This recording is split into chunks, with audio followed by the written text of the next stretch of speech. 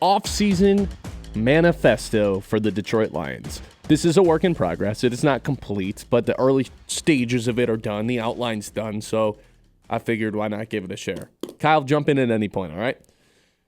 Number one step in the offseason guide is to fix the offensive line. First up is free agency. I've got my eyeballs on Connor McGovern. Free agent center right now for the Buffalo Bills. I'm not going to sit here, pound my fist, and say it has to be him.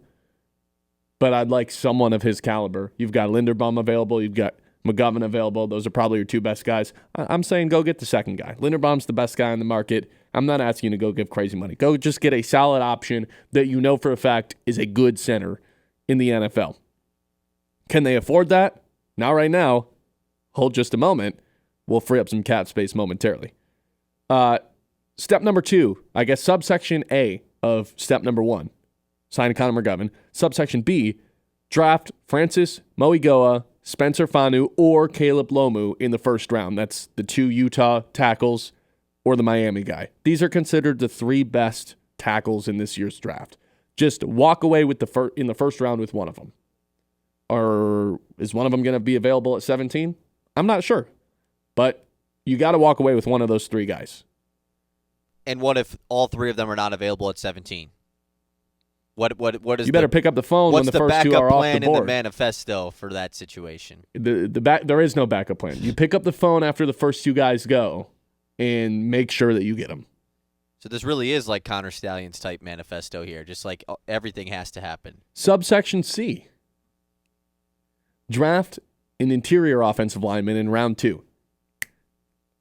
Step number 1 is fix the offensive line. I'm putting as many resources as I can into this. Sign your center, draft your tackle, draft a guard, have this guard and Christian Mahogany compete for that second spot. And listen, I like Christian Mahogany too. He was a 6th-round pick at the end of the day. You can go and find an upgrade in round 2. And just like that, overhaul 3 new players to this offensive line. It's not time to move sideways. It's not time to move backwards. Got to take a step forward and move on from that offensive line that you had last season. Subsection D of step number 1. Taylor Decker retires or Taylor Decker is cut to save $18 million. I'm not exactly sure how the retirement works against the salary cap. I'm trying to figure it out as we speak. Like I said, manifesto is a work in progress. That's step number 1. Step number 2, free up some salary cap space. Subsection A, restructure Jared Goff's contract. $69 million salary cap hit this year? No chance. No, not happening. Spread that money out. Give us a little bit of money back to spend this season. They'll figure it out. I'm not going to put exact number on it because I'm not a cap wizard. I just understand the big picture aspects of it. Restructure the St. Brown contract as well. That's subsection B. This is a repeat step, but it's important. Taylor Decker retires or cut Taylor Decker to save $18 million. I think I've settled on this. It's unacceptable to bring Taylor Decker back next season. I think you have to move on, is where I've landed on the Taylor Decker situation. Unacceptable. Yeah. That's strong. If he's back, you run into the problem of you drafted your first-round tackle and he's not playing, which is also unacceptable. If you can free up the $18 million, I think it just helps you in the long run. Go sign a center who's maybe a little bit better than Taylor Decker is, and then you can draft your tackle. Because you're not drafting a tackle in the second round. You're not finding one in free agency. Ideally, you're never picking as high as 17 or higher if they trade up again. So go get your tackle. So cut Taylor Decker or he retires.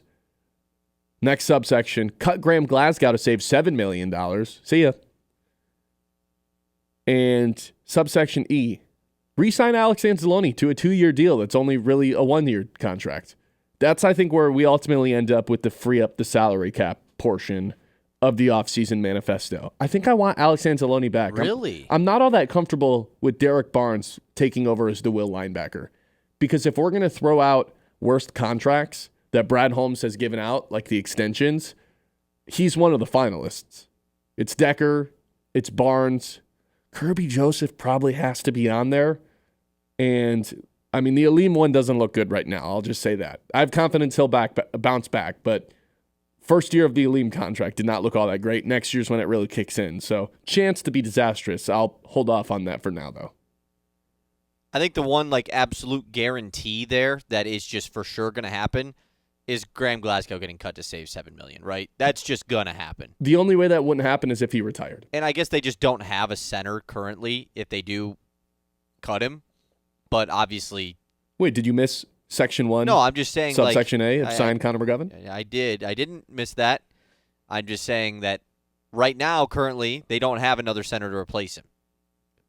So that'd be the only reason why if they didn't get one, maybe you keep him. But I think he's for sure getting cut. Are you with me on the re-sign Alex Anzalone? I didn't think he'd be back. I didn't think the Lions could afford it. But if they can, do the Taylor Decker stuff and the Graham Glasgow stuff and restructure the Goff and St. Brown contracts, you're talking about $50, $60 million that are potentially freed up. I don't think that's totally crazy. That would make me think you can re-sign the guy because, again, that's one of those players that you don't necessarily realize how impactful he is until there's a below-average player at that position, and all of a sudden there's a gap in the middle of your defense. I think that you can't prioritize it over paying a center. I'm with you. I think if it does come down, if you aren't able to restructure all these deals like you have in your manifesto here, if there just isn't the cap available to do both, you have to prioritize signing a center over anything, and that would include bringing back Anzalone. If it's possible to do both, then sure, why not? I mean, there's no hurt in that. We don't got to pull to Scott Harris and that he's blocking someone's development, Jack Campbell being amazing did more than we could have possibly imagined for the Lions because not only was he just awesome, point blank period, it somewhat devalued Alex Anzalone too, unintentionally. Because, Jack was the best linebacker in football next year. It shadows Anzalone a little bit, and I think knocked his market value down a little. And I know we're still early, but, I still do just imagine that, Aaron Glenn has got to be fiending to have Alex Anzalone as a New York Jet. For sure. Right? For sure. That defense needs some sort of leadership. They have the relationship. I just see that as, the perfect fit, and he's probably willing. They have the money to pay him a little bit extra. But who knows? Is there any chance Woody Marks is no, we don't bring anyone in with long hair? Or, Woody Johnson. He's just some ridiculous, absurd reason. I do not doubt that. That guy's a psycho, so he could definitely have some rule like that. And also, maybe Alex Anzalone doesn't want to go play for the terrible New York Jets, too. That absolutely could be in play. Sure. If it's the same amount of money, I'd imagine he's back with the Lions. If they're going to give him more, I'm never going to sit here and say, well, he'll just take less, hometown discount. It's not a thing in the NFL. Nobody does that. Section 3. This is not controversial, but maybe one of the more unique ones that I'm not sure you're going to hear from other Lions pundits this offseason. Add a safety both on the field and to the roster. I'm done with base defense. The Lions run more of it than anybody in the NFL. The 3 linebackers, that Sam linebacker role that Derek Barnes has embraced with the 4 offensive linemen, I'm over it. It's 2026. Let's modernize the defense a little bit. Essentially turn your base package into a nickel package and utilize what is one of the most unique players in the NFL in Brian Branch. Have him be the big nickel that essentially serves as your third box linebacker. Because he's got the skill set to drop back into coverage. Jack Campbell's an elite run stopper. Elite. He's not necessarily the greatest in coverage. Just put Brian Branch in the box. Let him be as close to the line of scrimmage as possible. And have him just wreak havoc in the run game while being able to drop back against the pass as well. Use him in the blitzing sets as well. I'm down to just kind of switch up the defensive philosophies a little bit. And have 3 safeties on the field at all times. With Brian Branch essentially serving as that big nickel. It's 2026. Let's move on from the base package. What happens to Derek Barnes? A reserve linebacker. It would take him off the field. It would take him off the field. I'm okay with that. He's being paid a lot to be a reserve. Yeah. Yes, he is, which maybe makes him another cut candidate. I don't think he's quite on the cut radar, right? I think somebody would trade for him over anything. Maybe. I mean, would you rather have Brian Branch on the field? Well, yeah. I mean, Brian Branch is going to be on the field. Sure. So, I don't know, man. I think I'm just done with getting torched over the top and torched through the air to where everyone laughs at the Lions defense because of the massive amount of, 20-plus yard plays that they allow over their heads. This also gives you some insurance if you add a safety just in case whatever happens with Kirby Joseph's knee doesn't end up working out. I think there's just guy. You also don't have a single person underneath those guys on the depth chart. I think there's just a lot of reasons to potentially add a safety, not only to the roster, but just to your defensive philosophy as well. Because you're still going to be adequate against the run if you have Brian Branch serving in the box at all times. To have Jack Campbell and Brian Branch against the run in the box, I'm not that worried about the run game, even if you take an extra linebacker off the field. So you think Kelvin Shepherd is just going to switch up his whole defense after a full year of being the DC? I think I'd be impressed if he did. Like, don't tie yourself to Aaron Glenn and his philosophies. Be able to, develop some of your own stuff. And I truly feel as if Brian Branch is best utilized when he's just always in the box. Because look at what the Ravens just did this year with Kyle Hamilton. Yeah, their defense was great. And they played three safeties the entire year. No, Seattle does something similar with that rookie Imani Warrior. Yeah, and he's awesome. I don't disagree with you. I just it's hard for me to envision, the former linebacker taking a linebacker out of his defense. That's a good point. That's just how I feel. I don't disagree with you. It's just the likelihood I feel like is low. I think it's just time to look ourselves in the mirror, Kelvin Shepherd to look in the mirror and say, you know what? It's 2026. This is not working anymore. And we can still be adequate against the run by taking this person off the field because we have the luxury of Branch. You're at a safety. I'm pro at a safety. But where is that coming from? Is that can we do a late round pick safety and all of a sudden we feel good about him seeing the field? Is this a sign a guy on a vet minimum deal? Oh, I'm glad you asked. Oh. It'd be nice to have a 3rd round pick. Shout out Isaac Tesla. Kevin Byard's a free agent this offseason. His projected Spotrac value is 2-year, $15 million contract. And you can split that up however you want. $7 million this year, $8 million the next. You can do 10 and 5. Whatever ends up working in favor of the cap. That's really not that expensive. And to have, in theory, Joseph, Byard, and Branch all out there at some point, I think that's pretty scary for most other teams. I don't think the Bears are letting him go, man. Really? I don't think so. I think the Bears bring him back for sure. It's not like he's worth a crazy amount.